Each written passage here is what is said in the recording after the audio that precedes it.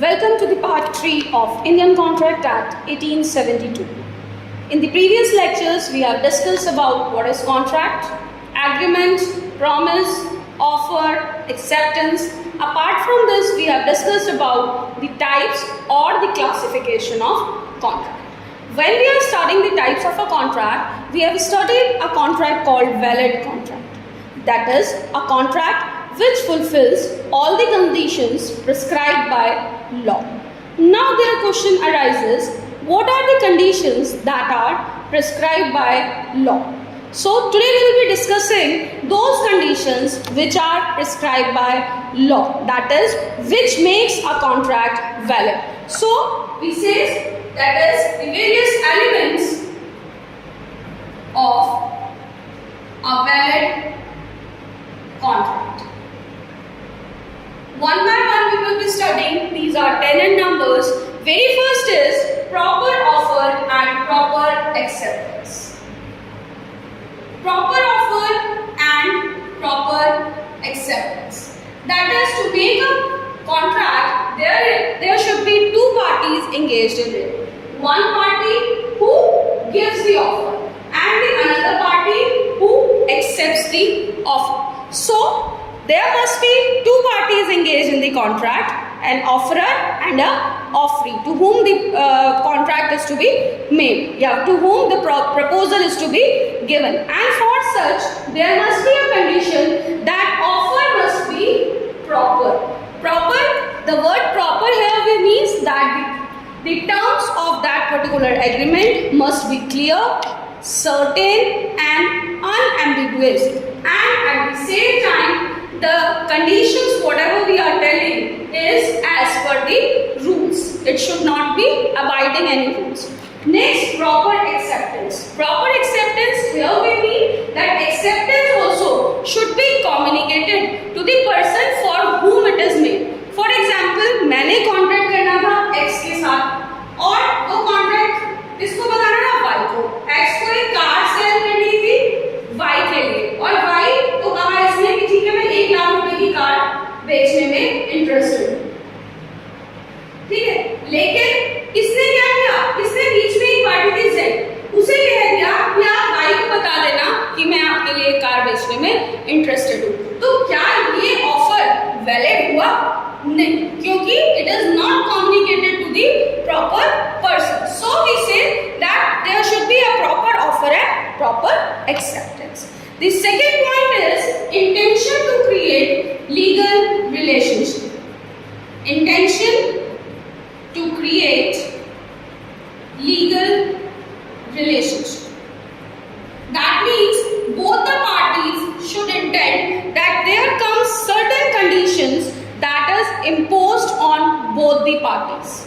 That means they should try to bound both of the parties in certain legal relationship so that if something happens wrong with them, they can be sued or they can be contacted through laws. Third is free consent. Yes, free consent. Free consent means स्वतः मंजूरी. That means जो आप मंजूरी दे रहे हैं, जिसके लिए आप हाँ कर रहे हैं, वह मंजूरी भी आपकी अपनी मंजूरी होनी जरूरी है.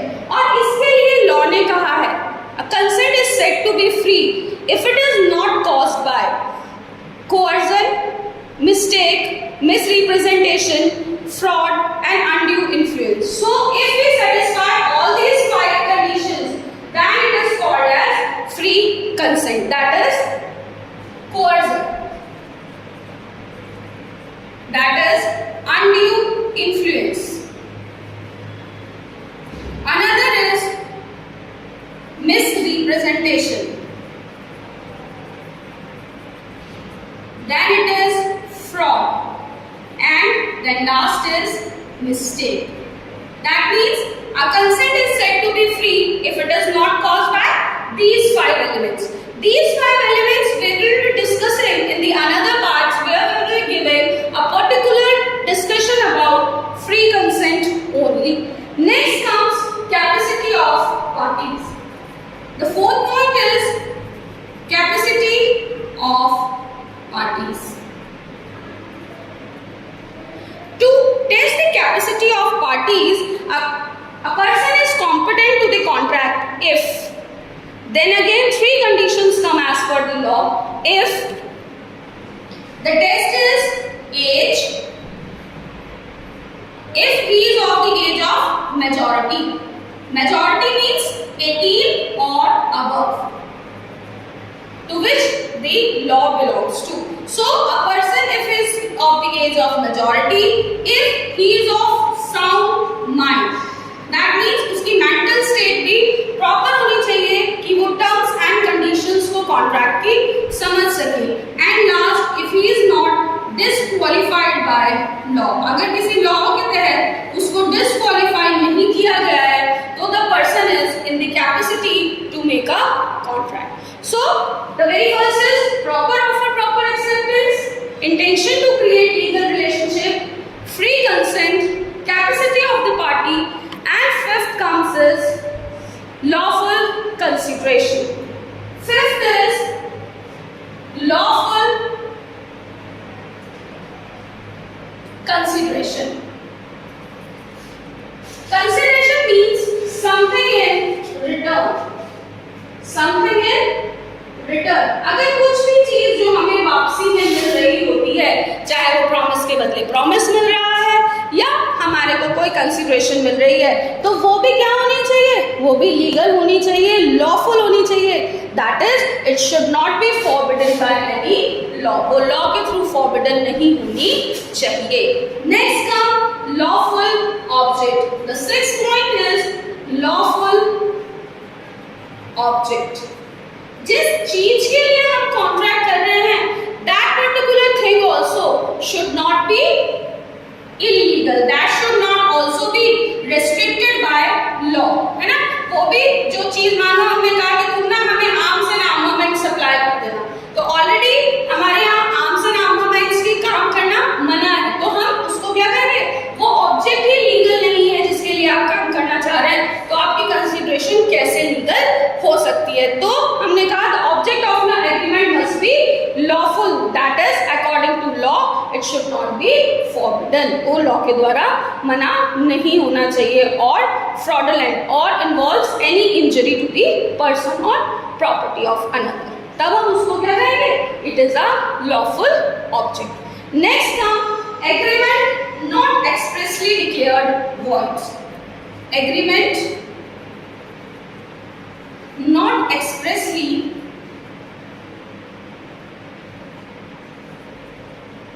declared void. That means वो एग्रीमेंट पहले से ही void declared ना हो, पहले से ही गवर्नमेंट ने उन्हें रेस्ट्रिक्ट ना कर रखा हो, जैसे agreement made in restraint to marriage, agreement made in restraint to trade, wagering agreements, agreements with a minor, ये सारे क्या होते हैं, these are void agreements. void ab initio जिसको हम बोलते हैं. तो agreement not expressly declared void का मतलब होता है कि वो agreements पहले से ही void declared होने नहीं चाहिए, उनके अगेंस्ट में लीगल प्रोसीडिंग हो सकती हो, इस तरह के agreements होने चाहिए. तो हम ये भी ध्यान में रख के चलेंगे कि वो void है या नहीं है. Next comes certainty of meaning.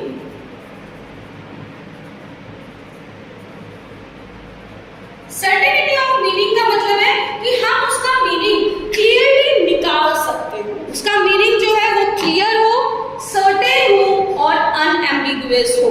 मैंने आपसे कहा कि भाई आप ना मेरे लिए एक माला लेते आओगे, आपने कहा ठीक है हम ले आएंगे, बट क्या वह क्लियर है, क्या इंस्ट्रक्शन सर्टेन है, नहीं. आपने तो पूछा नहीं किस तरह की माला चाहिए, कितने रुपए तक की माला चाहिए, सोने की माला चाहिए, फूलों की माला चाहिए, बीट्स की माला चाहिए, है ना.